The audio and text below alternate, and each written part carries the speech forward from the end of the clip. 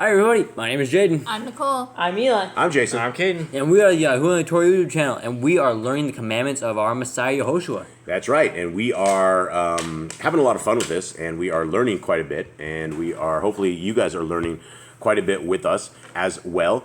A lot of people today are celebrating Yom Kippurium, the Day of Atonement, and I guess if that is what you are doing, then you will be hungry today, and I hope you have a blessed day with your hunger. I hope you guys are able to make it through. It is the 6th day of this week. It is the 11th day of this month, and we're really close to a full moon. How close to a full moon are we, Nicole? Like 4 days away. 4 days away, and it's important that we actually are observing moons and things of this nature, just because it is very, because we know that from a full moon we have 1/14th day up until darkness, until we have a no moon, to where we know that there's a new month coming in. And so that's how we know the new months are here, and various things. For those who have not, and if you would like to, Bear Sheath, Genesis, Hallelujah Scriptures is available on the Yahushua and the Torah.net site, and it's completely free. YHWHANDTHETORAH.net. And we may be adding a couple more books today. I do not know. Nicole did get done with Exodus and Leviticus, but we're fine-tuning the pages and making sure everything looks really super good, so that when this is released, it is something awesome that everybody can be happy with, and we can read our scriptures, and we can be singing joy, joy, happy, happy all the time. Okay.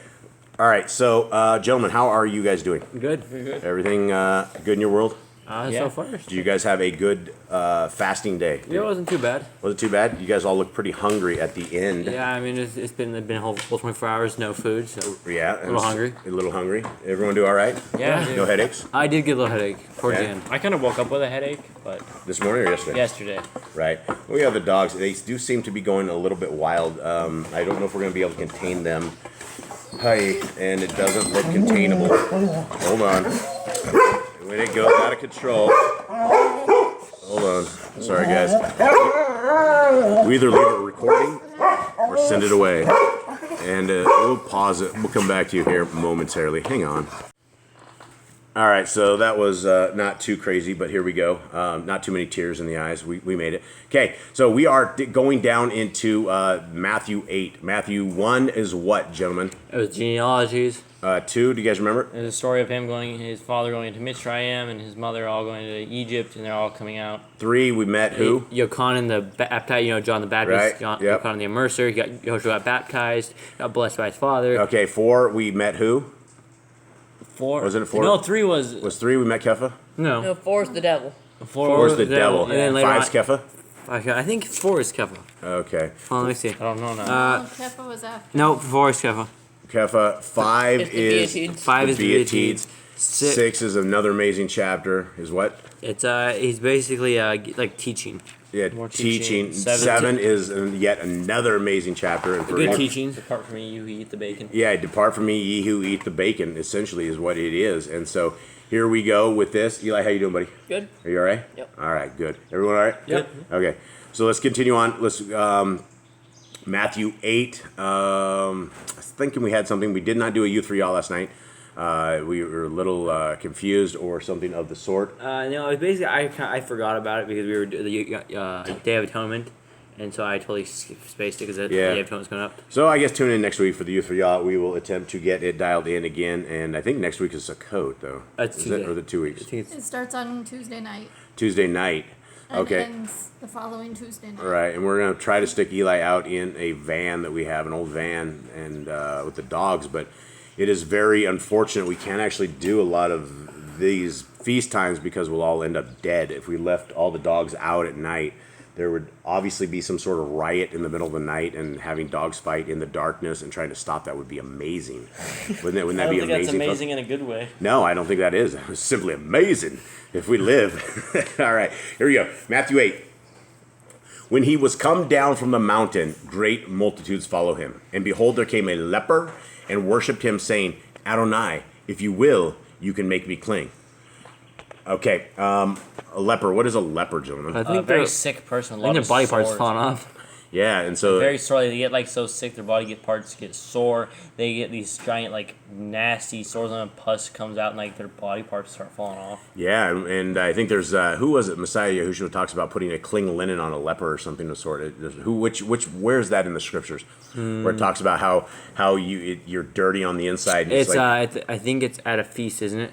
I don't remember where it is, but he's talking about how it doesn't. You can put a coat on it and everything you put on him is ruined. Because he's not clean on the inside. Well, yeah, because he's clean on the outside. He's pussing out so Pussing bad. out, he Well, destroys all his I mean, you clothes. can put clothes on the outside, but the inside of him isn't clean. Well, the outside's not. I mean, it was a metaphor. It wasn't right. like a. No, but you guys know what I mean. Yeah. Somewhere, where was that at? I don't You guys remember. I don't remember. I'm sure we'll find it at some point. Okay, I'm sure we will. Okay, so here we go. So 3. And Yahusha. Now, it says Yahusha here. I'm trying to get this right. I'm trying to put a UA at the end of this so we're all in sync with this stuff. And I have gone down the Dr. Stephen pigeonhole. And so because I've been reading out of the Sefer here, I say Yahusha. And that's not exactly... I think it has a UA at the end of it. Yahushua. And so I got to do better at this. So I will try to fix myself as we're reading this. And Yahushua put forth his hand and touched him, saying, I will be clean. And immediately his leprosy was cleansed. And Yahushua said unto him, See that you tell no man, but go your way, show yourself to the priest, and offer the gift that Moshe commanded for a testimony unto them. Okay, we have this is topic for discussion. People say Messiah Yahushua does not keep the laws of God, that there is a different doctrine that is a little bit different, but he clearly healed this man, and when he healed him, he went and told him to go show himself to the priest. Why would he show himself to the priest? Because that was the command in Torah. When you heal of leprosy, you're supposed to go to the priest. The priest is supposed to inspect you, and you're supposed to bring an offering of like repentance from being unclean. Yeah. So Messiah Yahushua went and told the leper that he needs to go do what the Torah said to do. And so there we go. 5. And when Yahushua was entered into Capernaum, there came unto him a centurion beseeching him. Okay, what's your footnote say for a centurion anyway? Nothing. Okay. What is a centurion? Anyone know what a centurion is? It was like a Roman soldier. Yeah, like a soldier. Okay, so we have the centurion beseeching him and saying, Adonai, my servant lies at home sick of the palsy, grievously tormented. Okay, do you guys know what palsy is? Isn't it like shaking, like your body shakes? Abby says paralyzed. I think it's what they all. It seems to me. I don't understand why, but for those with eyes to see and ears to hear, it seems like that is now everybody's ending up with a palsy. Mine says paralyzed. Yeah, it's their faces are paralyzed. Remember, half the faces There's up. different types of palsy. Right. There's Bell's palsy. Their faces all. That's the one that's that's like happening more and more. It seems to be a global epidemic of Bell's palsy. I don't know what to say, but those ears to hear, eyes to see. I'm sure you can figure that one out. Okay, so anyway, this guy's like very bad. I know one palsy, like older people have it, where they shake their hands. Everything will shake, and so whatever this was, he says he's grievously tormented. I thought that was Parkinson's. That's Parkinson's too, I think. I thought I didn't palsy. know palsy usually. We're not doctors. We're not. Yeah, absolutely. Don't trust us. YouTube, don't ban this channel. We're obviously not doctors. We're not saying we are. Obviously, he's very sick to a point where this dude came to Yeshua. It's probably more than just some little shakes Yeah, that the guy's it's more- previously it's more tormented. Yeah, I'm pretty sure it's paralyzed. It's more than a doctor in their time could deal with. Yeah. So, and Yahushua said unto him, I will come and heal him. The centurion answered and said, Adonai, I am not worthy that you should come under my roof, but speak the word only, and my servant shall be healed. For I am a man under authority, having soldiers under me. And I say to this man, go, and he goes. And to another, come, and he comes. And to my servant, do this, and he does it. When Yahushua heard it, he marveled, and said to them that followed, Amen, I say unto you, I have not found so great faith, no, not in Yashrael. Okay, so a centurion is not going to be a Hebrew person. No. So how did this come to be, and how did this guy end up with more faith than all of the other Yahudians that are all there? Well, that's what Paul said in his things. He makes the foolish wise. He makes people that were not even wise in their own eyes. He makes them believe. Yeah. This is how he believed, right? This dude knows the power of soldiers. He knows that Yahushua obviously had command over spirits and over unclean things, and he just said go and it would happen. He obviously had faith enough to do it because he was not wise enough. None of the Pharisees would have ever asked for that. They would have told Yahushua to leave, go away. Yeah, and something we should probably take note of on this is that for this guy to actually hear about the name of our Messiah and actually like want to come. I mean, they were in a large land, right? So the word, everybody must have been talking about this, right? So this, all of a sudden, there was a phenomena, and the phenomena was Yahushua, and I'll get it one day. And that phenomenon, when people start talking, that is the best marketing ever. You can't get better marketing than people like, hey man, I use this, it really rocks. Or you should really get this. So all of a sudden, a Roman soldier, and Roman soldiers would have had access to probably the very best possible what they had of the medicine back in the days, right? They probably would have had one of the best skilled doctors being part of the Roman citizens and being part of this. So it's amazing that he went to a Hebrew man and he understood who the Hebrew man, and he had this kind of faith. And so, yeah, it is that kind of faith is what our Creator is looking for, as well as our Messiah. And it's what we can move mountains with. And people are like, well, that's just a metaphor. I don't believe that. I believe if there was a need, if we had to, and we knew that the mountain would be moved, that it would be moved. I believe what our Creator says. I believe what His Son says. And I take it as gospel. Okay, 11. And I say unto you, that many shall come from the east and west, and shall sit down with Avram and Yitzchak and Yaakov in the kingdom of heaven. Woohoo! You guys catch that? Mm-hmm. Everyone good? Cade, you spacing out, or are you good? Good. You got this? You guys, what did it say? What can we look forward to? Sitting down with our forefathers. Yeah, get that? Isn't that going to be awesome? Yeah. That means Moshe's probably going to be there somewhere. I mean, imagine getting a dinner with Moshe. Let's eat some of the stuff Moshe ate, or let's hang out with him. Let's just have 5 minutes of discussion with this guy. I mean, these guys are celebrities of the kingdom, right? These are the people, if you're looking for a celebrity, these are the people who've been there, done it, and, came out successful with this. Okay, 12. But the children of the kingdom shall be cast out into outer darkness, and there shall be weeping and gnashing of teeth. Okay, this tripped me up a little bit because I couldn't figure this out. It said the children of the kingdom. I think it's the earthly kingdom. I don't think it's like... See, here's where Dr. Stephen Pigeon just can't get his game together. He capitalized king. Okay, mine says sons of the rain. Right, and the king doesn't have kingdom, but it says the children of the kingdom. And if you capitalize the kingdom, that is inferring that you just made it to the kingdom and you're going to get kicked out. But the NIV does it better. This is definitely why you should not ever buy the Sefer. Go download it from Yahoo and the Torah. We'll have it up there soon. And if you want that, and we have an older version that probably has better translations. But It has the same thing. does it? Terrible. Okay, but the subjects of the kingdom will be thrown outside into the darkness where there will be weeping and gnashing of teeth. And so I don't think it says subjects in the NIV. I don't think it's children of the kingdom. I think it's children of Hasatan's kingdom that's going to be cast out, and there's going to be weeping and gnashing of teeth. That's the only thing that makes sense. Anyone have anything? No, just it's. I mean, I think it's the people that are of Yahuwah aren't going to be cast out. That's just Yahushua's not like there'd be no point in following what we're following right now if we're just going to get thrown out into the darkness. He said he cast people out. He says, "Depart from me, ye who work iniquity." But they're not following him. They're obviously committing iniquity. There's a fine line between are you following him or are you not. And if you're, I don't think it's a fine line. I think it's a pretty big line. It's a pretty thick one. Yeah, it's a pretty thick line. It has. don't cross the line. There's a line. There's a line where you know that There's a line of 174 commandments, and we shouldn't cross them. you're on the good side, you're on the bad side. And if Yeah. you're on the good side, you're not going to be cast out. It's obvious that you're not going to be cast out. I mean, that's not what we're promised. We're not promised Right. thrown out for doing our best. Yeah, trying what we can. Okay, 13. And Yahushua said unto the centurion, Go your way, and as you have believed, so be it done unto you. And the servant was healed in the same hour. Amazing. Okay, 14.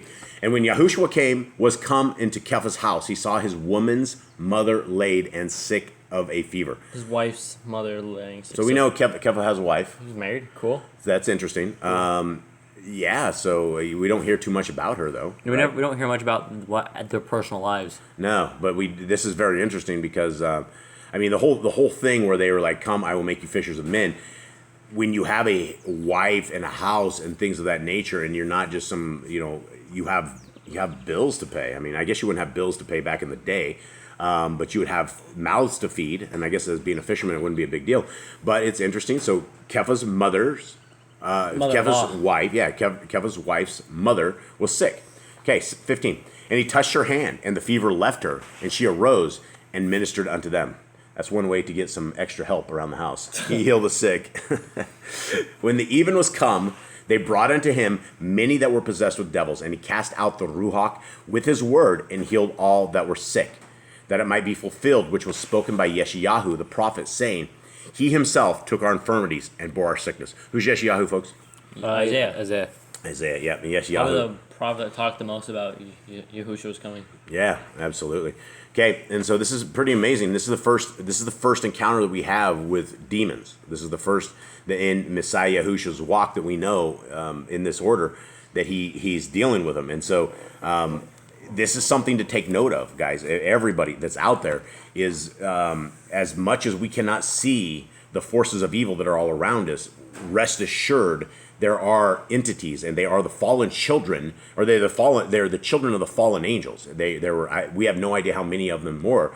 We do know that 33% of the angels were cast down with Hasatan, and we know that we don't know exactly how many there were, but there were a lot. And all of the dead children that they had the Nephilim, the Naphthalim, and the Eliud. And when they all died off, there was no place for their souls, because they were not meant to do they weren't supposed to be carnal like this. They weren't supposed to die like this, and they weren't supposed to live like they did. So very interesting that we have this. And so Yahushua is casting out the Ruach with his word. And it would be amazing to see him just destroying these demons.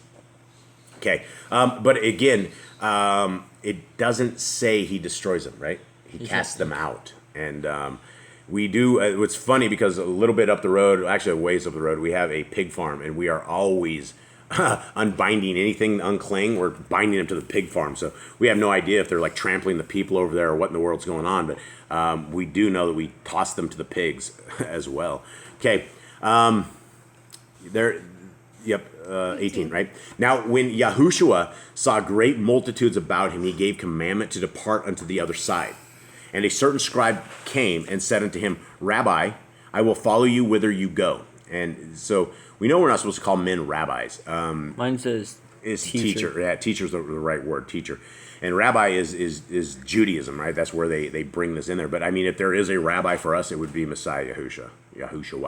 And Yahushua said unto him, the foxes have holes, and the birds of the air have nests, but the son of Adam has not where to lay his head. That sounds kind of sad. I mean, it seems like he was kind of a foreigner on these lands. Right. I mean, I'm pretty sure he could have gone back to his mom's house. I'm sure she had a house. I know. But he's probably in like another town where he has no like. He's no going place. from place to place to place to place, and his mission is not in his hometown. And so, let's continue on. 21. And another of his Talmudians said unto him, Adonai, suffer me first to go and bury my father. But Yahushua said unto him, Follow me, and let the dead bury their dead. A lot of people don't understand this. Do you guys understand this? Yeah. I think so. Yeah, I mean, we talked about this before, right? Yeah. The burial of a dead Hebrew person is like a month. It's like 30 days. It's like they have one ceremony, another ceremony, and some other stuff. I don't know exactly what it is, so don't take that for it. But it is a long, long process. And so when this guy, whoever was a Talmudian, and who's a Talmudian? What is a Talmudian, guys? Apostle. Apostles, those who want to be taught. When he said, that was the thing, is Yahushua says, let the dead bury the dead. What can we infer from that? That the dead are already dead. Let them go. You need to come work with the living. Yeah, come work with the living. And, that's a lot. A lot of the Christians, I think of this a lot when they reject the Torah and they reject all of this stuff. I'm just like, well, let the dead bury the dead. They're already, their souls are in a state of dying because they do not seek the Torah, and because they do not seek the Torah, they're already dead. And so, we need to seek after those who are not dead. We need to follow the living, and we need not follow the living. We need to seek the living to help them find the right way in. Okay, 23. And when he was entered into a ship, his Talmudian followed him. And behold, there arose a great earthquake in the sea, so much so that the ship was covered with the waves, but he was asleep. And his Talmudian came to him and awoke him, and saying, Adonai, save us, we perish. And he said unto them, Why are ye fearful, O ye of little faith? Then he arose and rebuked the winds and the sea, and there was a great calm. But the men marveled, saying, What manner of man is this, that even the winds and the sea obey him? Okay, so back at 24, where yours says earthquake, KJV and NIV will say furious storm or tempest. Yeah, it wouldn't be a great earthquake. I think the ocean would feel an earthquake quite like My that. goodness, yeah. Why would it? Yeah, why would an earthquake even? I It guess might an earthquake. shake the water, but It would. Like tsunamis would definitely make the water go in and out. It makes more sense that a storm was on the boat, right? Well, yeah, because the wind was blowing, everything of the nature. It was like really scary out there on the water. So yeah, they're very good. I guess it was an earthquake. Yeah, so probably a furious storm. Probably. There's just too many translations to fix in this thing. Okay, 28. And when he was come to the other side, into the country of the Girgashim, there met him two possessed with devils, coming out of the tombs, exceeding fierce, so that no man might pass by that way.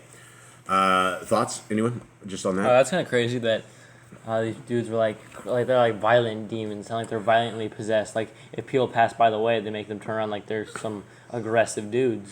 You know, that's the thing with alcohol. Alcohol brings out what I would have to say are probably like demons in people, and you don't know who you become. And the thing about alcohol is people are either passive and they love you and want to give you a lot of hugs, or they're violent drunks and they the whole nother side of them, an evil side, comes out, and the damage they do under the influence of alcohol is unreal because they don't know it, and they will do evil, horrible things. And so I definitely think there is some sort of possession or some sort of when you are sloshed like that, when you are drinking like that, and when your guard is down, it is going to be far easier to somehow have a demon slip into you. And so this is why Paul talks about being sober a lot. Everyone talks about being sober-minded, and not letting your guard down, because if you do let your guard down, it is going to be easy to slip, and I would say it's probably real easy to pick up an unclean spirit, especially in that state. Okay. And 29. And behold, they cried out, saying, "What have we to do with you, Yahushua, son of Elohim? Are you come hither to torment us before the time?" All right, what are these demons saying?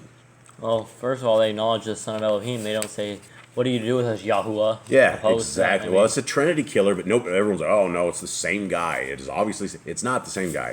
He's just like, the demons are obviously afraid of him. They're like, "Why are you here? You come to torture us? You come to torment us? What's going on?" Well, yeah, and the thing is, they know that their time is going to be tormented, right? Everybody. It seems like all these evil things know that whatever they're doing is only a time of. Is there not a way for the demons that want to is there not a way for them to repent or? I don't know. To that degree? Could Hasatan repent?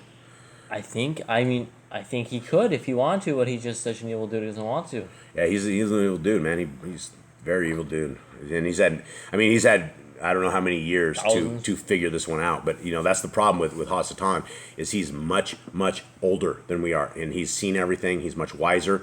And I'm saying he's probably wiser because he's hung out with Yah for a very long time. He knows Yah probably better than we will ever know Yah. So and that's scary. Okay. And it shouldn't be like that either. So we should know him as well. 30. And there was a good way off from them a herd of many swine feeding. So the devils besought him, saying, "If you cast us out, suffer us to go away into the herd of swine." And he said unto them, "Go." And when they were come out, they went into the herd of swine, and behold, the whole herd of swine ran violently down a steep place into the sea and perished in the waters. Okay, why did these demons want to go kill all the swine? Where did they go after the swine? They went, and so instead of them just being kicked out of the people, right, which would allow them to wander, they wanted one last kill, right? It was like, these are bloodthirsty demons. Why? Why, guys? Why did the demons want to take an entire herd of pigs out? Why was that their last request? Why didn't they say, "Oh, please let us stay in this guy"? It seems like when a demon, remember how Messiah Yahushua, he says before that you can cling out an evil spirit, and then there are like 7 more that come, and they're far worse than that one, right? Mm-hmm. And so this is something everyone, I guess, should take note of, is that these demons are violent. They want to kill things. They killed an entire herd. We're probably talking 100, 200 pigs, maybe more. You have no idea. I have no idea how much a herd of pigs is. Yeah, it's a huge. There's a huge herd of pigs, like a herd of sheep, a flock of sheep. So I guess is the note would be that these violent demons that are able to infiltrate man aren't just good with roaming about. They would rather kill off everything they could kill off on their way out. Because, I mean, you guys, when their pigs are dead, these demons would just go to wherever back out, right? They're not going to live in go a to the dead next person. carcass. So they're going to be out roaming. But what they did was they inflicted mad insanity, right? And the entire herd of pigs went crazy. They all started running off the side of the hill, just bailed off, right? It would have been a crazy scene. That upset the owners. Yeah, they lost everything they had. They're everything they had, and they shouldn't be pig farmers to begin with. But they're Gentiles and they didn't care, and many Christians are. All right, and so they said they ran violently down a steep place. That would be pigs falling and things oinking all the way down. It would just been a mad scene. Okay, 33. And they that kept them fled and went their ways into the city. Yeah, and so when he says fled, I mean they took off running for the hills. They just saw their their day's work. What they do is they saw this, and this guy is just cast it out, and they probably looked, and they probably just took off running. They're like, wow, we're out of here. And they told everything. And what was befallen to the possessed of the devils. And behold, the whole city came out to meet Yahushua. And when they saw him, they besought him that he would depart out of their coast. How do you think that conversation went? Please leave. Yeah, well, you just saw something. You saw something that you've never seen before. These guys are like psychotic guys down there. Obviously, psychotic. They're obviously well known. Yeah, and I mean, I don't know how much a pig was back in the day, but any pig is anything like that. If they're a pig farmer, is of value to them because that's what they sell. And they spent a lot of time, and they had shepherds out there. I mean, obviously they had people out there herding the the pig herd, and all of a sudden these guys' jobs are over. Right? The boss is like, well.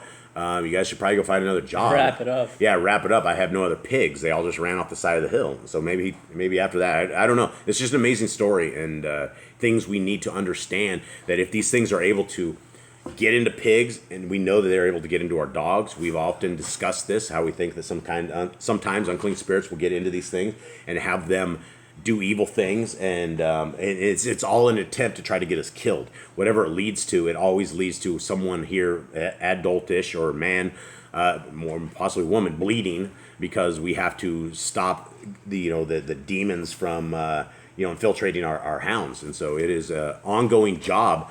And I think we all need to pray. We need to pray away the demons. And, when you guys go to bed, unbind anything that could be bound to you. And if you have Christians that are praying for you, who is their God, right? And so I had it so many times, people are like, I'll pray for you, Jason. You're lost. I'm like, please do not pray for me. Whatever you do, don't do it. I don't want, whoever it is that answers your prayers to do this and curse me. So anyway, that's what we have here.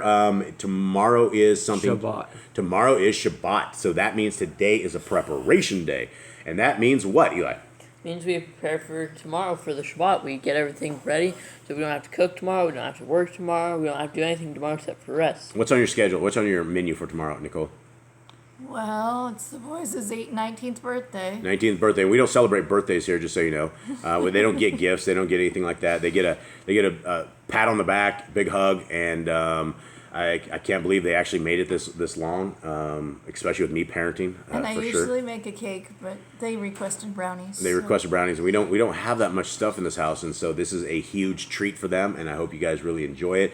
And pray and seek our Creator where He's found. Today is preparation day. Tomorrow is a Shabbat sunset. Today it begins. The day to our Creator is the day to spend with Him, is the day to get tuned up. And even if you guys are off on your feasts, you guys are doing different feast days and things like that. I know everybody seems to have different dates and things of this nature. I guess that's just the way it's always going to be. You can still keep a Shabbat, and hopefully you keep a 7th-day Shabbat, and there's no day like it, and it is a blessed day. Yah says He will bless us, and He says He will also curse us if we don't keep it. So that's it. Anything else? No, I think that's it. I think we're done. Okay. All right. Shalom. Shalom, everybody. Shalom. Much love.